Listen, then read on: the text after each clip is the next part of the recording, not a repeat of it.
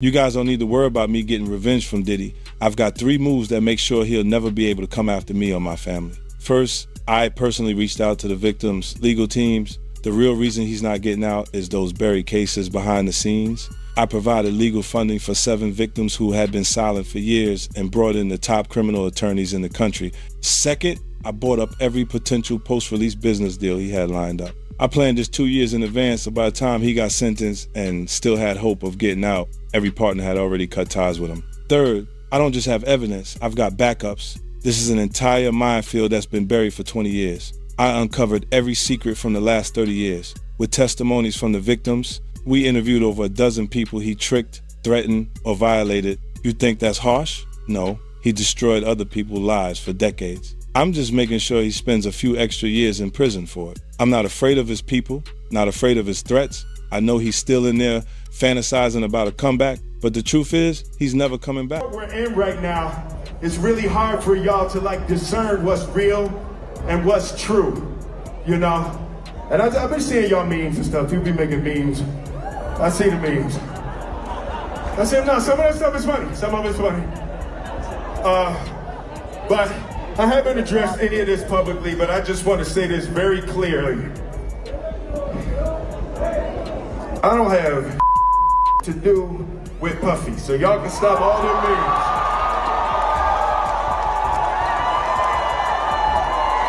I can stop all of that. I ain't been nowhere near no damn freak off. Listen, I do enough of my own. Don't be putting me in other people's. For years, the biggest names in entertainment didn't survive on innocence. They survived on silence. Not because the questions weren't there, but because asking them came with consequences no one wanted to pay. Now, with 50 Cent's documentary, that silence isn't being shattered by wild accusations. It's being dismantled with receipts, timelines, and uncomfortable patterns. As the spotlight swings back toward Diddy and renewed scrutiny circles Will Smith, one question cuts through all the noise. What stayed buried for decades not because it was unseen, but because silence made it untouchable? When you were dating J-Lo, Will Smith and Jada tried to pick her up on a threesome and you were going to beat up Will Smith. Is that true?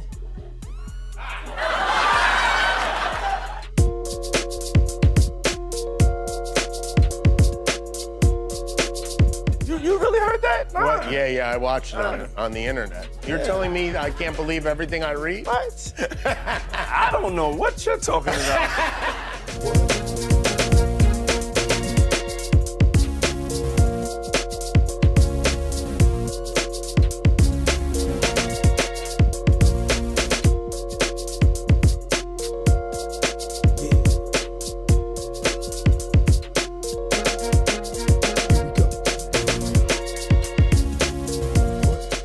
For years, Hollywood leaned on the same reliable defense.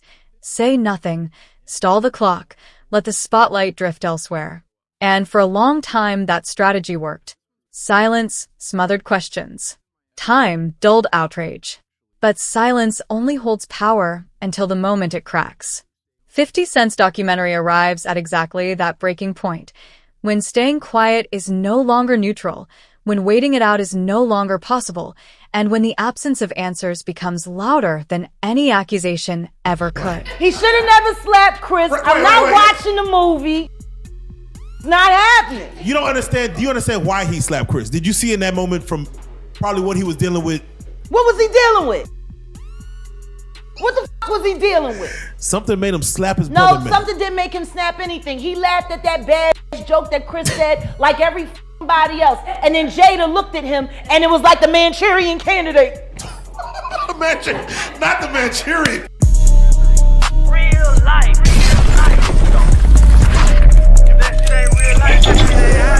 It ain't real life.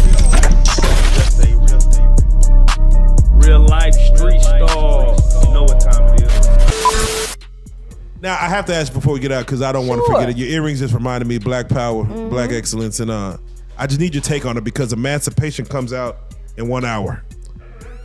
Came out December 9th, which is today's the 9th, right? That's such a fucking below the belt fucking question. No, but I just got It's no. the only below the belt question that you asked because you it- already know what's gonna happen. Don't front. We've been down there. Fuck Will Smith. No, wait. He can kiss my ass. Wait. He should have never slapped Chris. I'm not watching the movie. Damn it. It's not happening. You don't understand. Do you understand why he slapped Chris? Did you see in that moment from probably what he was dealing with?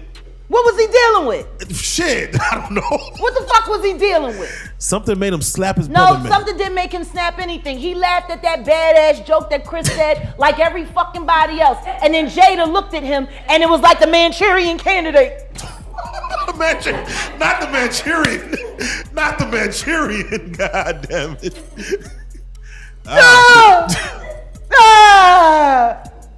That's what the fuck happened. I thought there's a legion of women who said, I'm glad for Will fighting for his woman. Yeah, because they still want to believe that that sham of a fucking marriage is real. Oh. Well, there you go. He ain't never gonna be Tupac, and she proved it when she fucked August Alsina. Ooh, man. Yeah. They're both bisexual. They do weird things in their house, and young men have left their house fucking screaming to get away from them in their mentorship. Meek Mills. Bashir Gray. Silence isn't empty. It's curated. When the absence of comment lasts long enough, it stops looking like restraint and starts functioning as a shield. Delay becomes strategy. In that context, speaking is never neutral. It's an intrusion. It interrupts routines that depended on time doing the erasing. So when silence finally collapses, it doesn't just reveal new information. It exposes the structure that kept certain truths comfortably out of reach. The real question isn't why people are talking now. It's what required so much protection that silence had to work this hard for so long. But it all started, we was in Atlanta. And this story starts when I'm with Puff and he's in the exotic bookstores and he's doing shopping. Right, he's shopping, getting his stuff and everything like that. So, you know, this is the first time I was ever in an exotic bookstore with Puff. So, you know, I'm giving him his space. He's taking things off the shelves and stuff like that because they gave him a brown paper bag. When they gave him a brown paper bag, he was just putting stuff in there. So I said, damn, you know, he got to go put it on the counter and, you know, show everybody what he's getting. So as he's going, I'm just looking at the places where he picking stuff from. So there's one part he picked up some things from up here on my left side, and then he picked like quite a few of them down. I'm like, okay. He put them in the bag. So when I went by there and I looked up there, and it said butt plugs, and I was like, hey yo, I was messing with him because people don't understand. You know, we was like friends. He was a part of the same gang, so I'm still gonna tease him. I'm still gonna mess with him and everything like that. I could do that. It wasn't just no security thing. So I say, yo, what are you getting this for? And it said butt plugs, and he was like, yo, can I do my shopping by myself? I said, yeah, you could do it by yourself, brother. And he started walking and everything like that. So when he got I just waited at the counter. So when he got to the counter, he didn't even have to show the guy nothing. He just gave the guy a wad of money. I mean, like he gave the guy a stack something like this. And Puff wasn't the dude that carried no 20s and no 50s and nothing like that.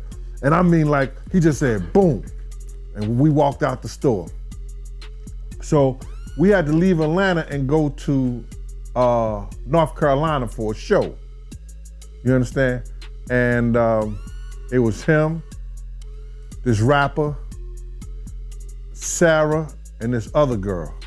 We all got on a G5 jet, and we flew to G4 jet, and we flew to North Carolina. So, What stayed hidden wasn't a single moment, it was a pattern. Relationships quietly normalized by success. Proximity dismissed as coincidence.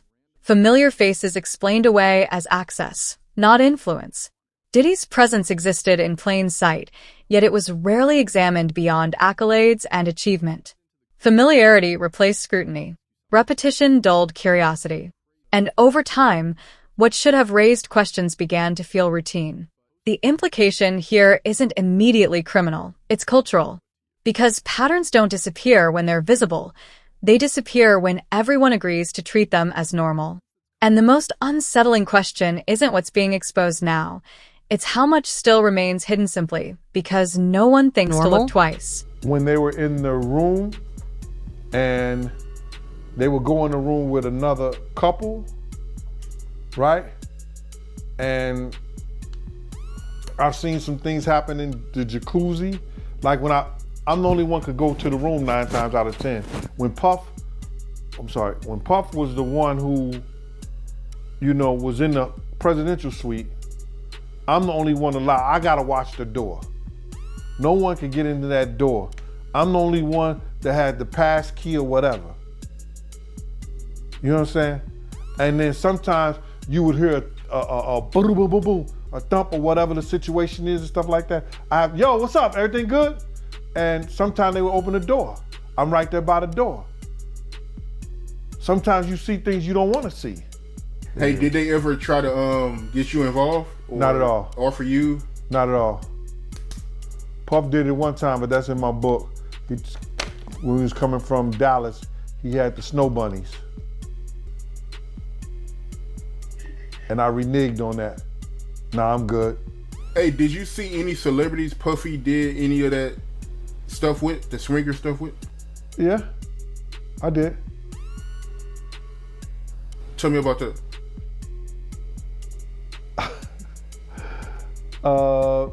I think I told you about that. One time, him and Sarah and this young girl flew from Atlanta. And they, and flying from Atlanta, we had this artist with us, right? And we were staying in the presidential suite at the hotel. And this particular artist and Puff, they told me, don't let nobody come in the room. So I said, all right, cool. So I popped my Power chair almost never operates in isolation. It moves through proximity, through who's close, who's seen, and who's allowed to linger without question. Those nearest to it don't always act loudly. They benefit quietly, over time, while risk piles up out of view. In that kind of ecosystem, distance isn't accidental, it's strategic. Silence isn't passive, it's protective. And the longer this arrangement holds, the harder it becomes to tell where influence ends and accountability should begin. The movie Emancipation, how the fuck you gonna play in a movie called Emancipation and you can't emancipate yourself? Ooh. Bars. Cause you trapped in a hole. My nigga, you trapped in a hole. This bitch clowning you day after day after day after day. And once again, I hate saying these things because their children are dope. But Jaden's kind of MIA. And considering that he emancipated from their household at 16 and refused to come back, even to do family interviews. You know? Yeah. Willow's just kind of, she's dope. Too much shit happened in that fucking house. Too much shit happened in that fucking house. And meanwhile, I go to jail for defending my child and these niggas don't even get a CPS fucking visit for the kind of shit they kids see. You know? There you go. So yeah, I'll watch the movie when, I'll watch Emancipation when he emancipates himself from the hell that he lives in, that he tries to call marriage with that woman who still wished Tupac was alive. The closer someone stands to influence, the higher the price of asking questions too soon. Proximity offers opportunity immediately, access, protection, momentum, while consequences are deferred, abstract, someone else's problem. In that imbalance, silence becomes a rational choice, not a moral one. But when narratives finally shift, the cost doesn't disappear. It relocates. And the unspoken assumption reveals itself. That risk was never meant to be shared equally. It was meant to be absorbed later, by those with less leverage, less distance, and fewer exits when the story could no longer be contained. But enjoy the film, buy lots of popcorn. I ain't supporting shit he fucking do. He's a bad representation for black men. He is literally the epitome of a ballless man. I'm sick and tired of people making our black men look weak. I'm sick and tired of that shit because I don't know no nigga that would put up with the shit that bitch done put him through. Now you could justify staying because you ain't want to cut up the money because she would have got the child support and the alimony, but the kids is grown. So if you staying now, it's either because you being blackmailed to stay or you too lazy to go. He housebroken. That don't fit right for a Philly nigga. But he did grow up in Overbrook though. He didn't technically grow up in West Philly. That was Jazzy Just Life he was writing about. He lived over there, not far from where Kobe Bryant grew up. That's the other side of City Avenue. He came up Overbrook, so they had big houses and he wasn't at the playground get beat up. That was Jazzy Jeff. Will Smith's public distancing signals a clear shift from long-standing discretion to deliberate boundary setting. In today's media cycle, denial isn't just a rebuttal, it's a marker. It signals that the narrative has crossed a threshold where silence is no longer sustainable. Delivered calmly and in public, the message draws a line without inflaming conflict, asserting separation rather than accusation. But timing carries its own weight. When distance is declared only after silence becomes expensive, it quietly raises a harder question. If speaking now is safe, what did it cost to speak sooner? And who is expected to bear that cost instead? So I'm gonna get into this Diddy documentary that's been going on, man. It's still number one as far as I know, man. I mean, I don't know how many millions of times this thing has been streamed, but this thing it's kind of crazy how big this thing actually is, because us that's been following for a really long time, kind of heard a lot of the stuff, man, but people are still going crazy for it, man. So what was your first reaction when you first seen it? When I first seen it, I said, damn, they stole my whole damn idea. You understand? Because I was talking to the producers and before I talked to the executive director, and the producers knew, I was telling them what I was bringing to the table. Because I was trying to get a deal for me, Kirk, and Tim all together, like a pack. A documentary changes the rules of engagement. By taking scattered moments and arranging them into chronology and context, 50 Cent shifts the conversation from rumor to record. This isn't a verdict and it isn't a prosecution. It's something quieter and in many ways more disruptive. It's an audit of attention. It asks why certain questions were never followed long enough to matter, why others dissolved once the noise died down, and how repetition without scrutiny allowed patterns to pass as coincidence. The power of the film isn't in what it accuses, it's in what it forces people to notice, finally, after years of looking away. You know what I'm saying? So I told them what we was bringing to the table, who was going to tell the story, how they was going to tell their story. I didn't know exactly what they were going to say, but I knew Tim grew up with Puff, so he can get the childhood thing. So I'm going and telling them the whole angle in which I would like for this to go. You know what I'm saying? What we was bringing to the table. I didn't know how they was going to do it, but I was saying, this is what we're going to bring to the table. Tim could start off with the childhood part of it because they grew up together. That's Tim Dog, Tim Patterson. Also, he was the one who was working at Uptown. He was executive over there of A&R and all that other stuff. He went to Island Records. He used to work with over there at Arista, the whole 9 yards. Tim is the one who had the Lost Boys. If you remember the Lost Boys, yeah, you know what I'm saying. Tim was the manager of them. That was his group and everything like that. So Tim had a lot of inside and a lot of stuff to do with Puff. I had a lot of other people I could have brought to the table too. Eddie F, who taught Puff how to work the board and everything like that. Just Eddie F, Heavy D, and the boys DJ. I was gonna try to get Eddie and some other people like that. But it fell through because the lady was telling me what somebody else didn't give me or what somebody else didn't pay me, and she was being disrespectful. You know what I'm saying? I thought she was a white lady. Long-form investigation doesn't just tell a story. It forces memory onto an industry designed to forget. When evidence is organized, timelines are locked in, and patterns are documented, dismissal stops working. Silence loses its power. What once survived as rumor becomes record, and narratives can no longer be brushed aside by time or distraction. At that point, the real fight isn't over truth, it's over which version of events gets preserved. Who controls the archive? Who decides what's labeled context and what's buried as noise? Because once documentation replaces denial, history doesn't belong to the loudest voice anymore. It belongs to whoever left the clearest trail. You know, Diddy has a long list of victims. You know, I mean, you got Cassie, Kurt Burrows, Shine, Little Rod, Mark Curry. I mean, you know what I'm saying? The list goes on of all the people who he's did wrong. You know, out of all the people you've heard of, and all the stories that you heard and the stuff that you know about, you know, who do you think is like Diddy's biggest victim? Who I think Diddy's biggest victim is? Yep. The mothers. Okay. Big's mama. Wolf's mother. The people that lost their sons. They could never get that back. Especially with those are the two people that changed his life.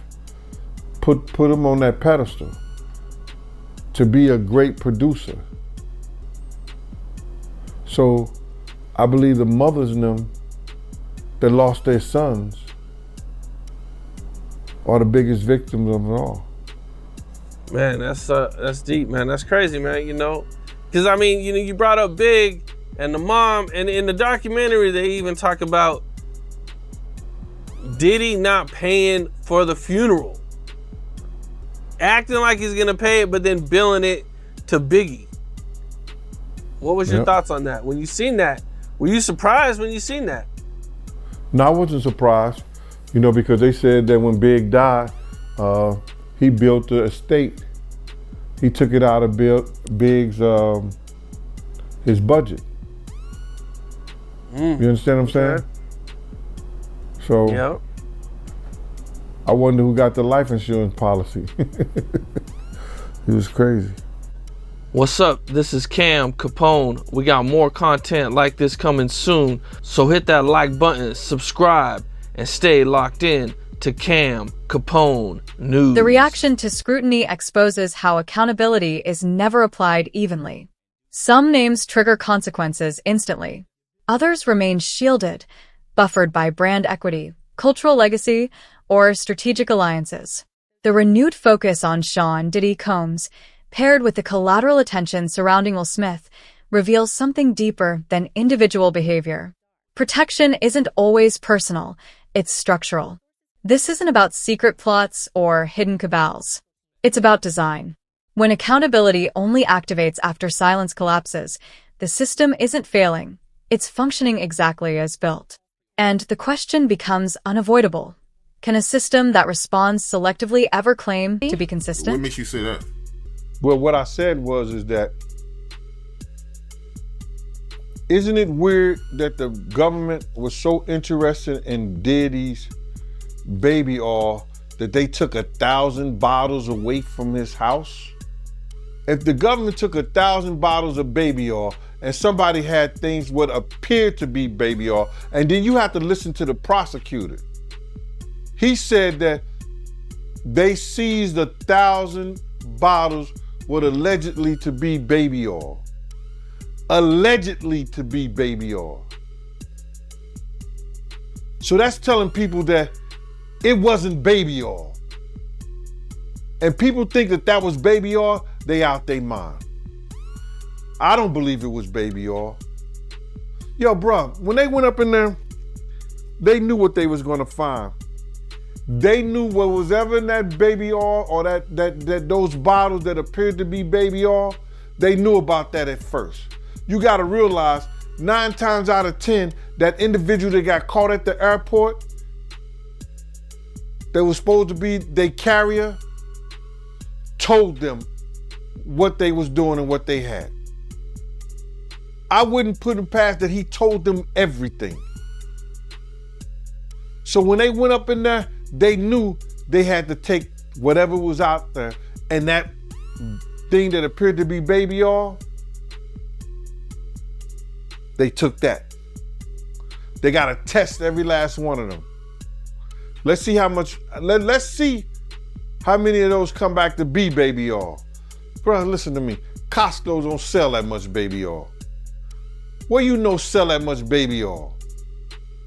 Yeah, I don't know any store that sell that much baby oil. I know Costco, they came out and said that they don't even sell baby oil. My sentiments exactly. But you personally, right, what do you believe was in the baby oil? If you ever seen a massage parlor being raided and they walking out the people, do they take the massage oil with them when they go? No, they just walk out the people who Silence is almost never accidental. It's engineered. In systems built on access and alignment, careers move forward not through truth, but through restraint.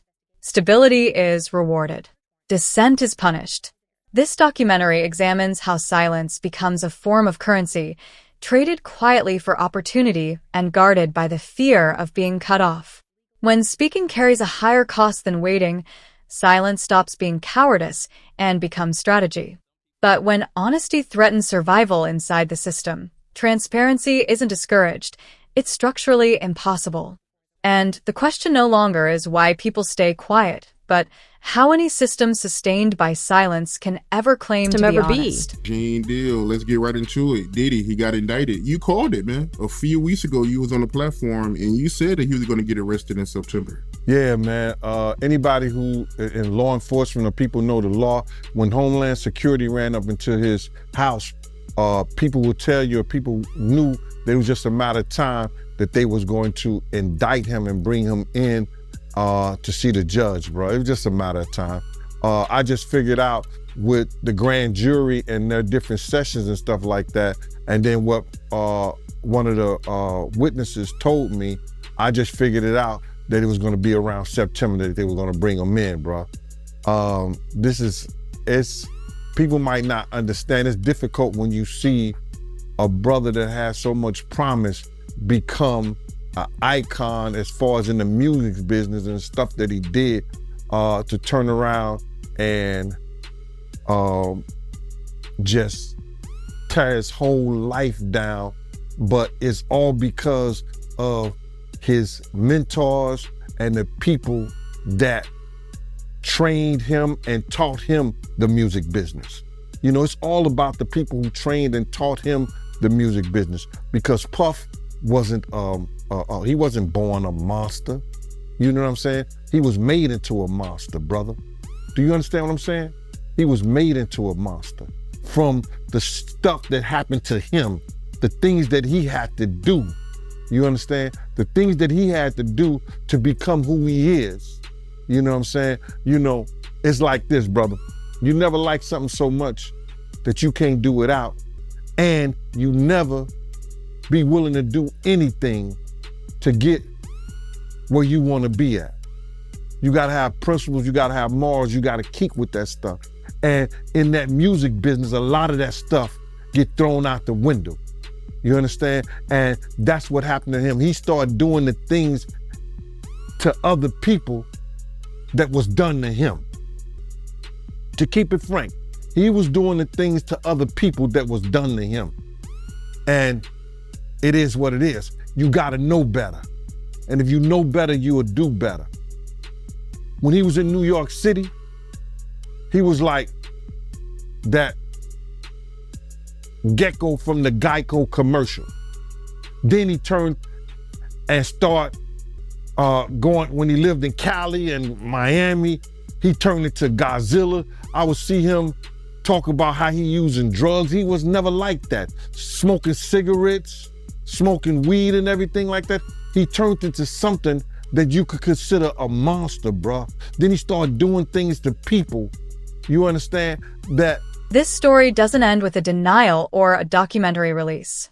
It begins a reckoning.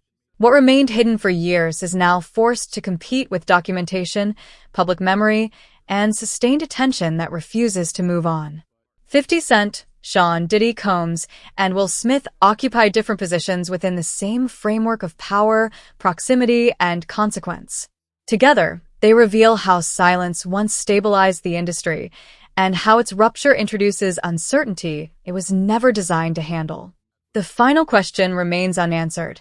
Once silence is broken, will truth finally replace it, or will the system simply evolve more sophisticated ways to remain quiet?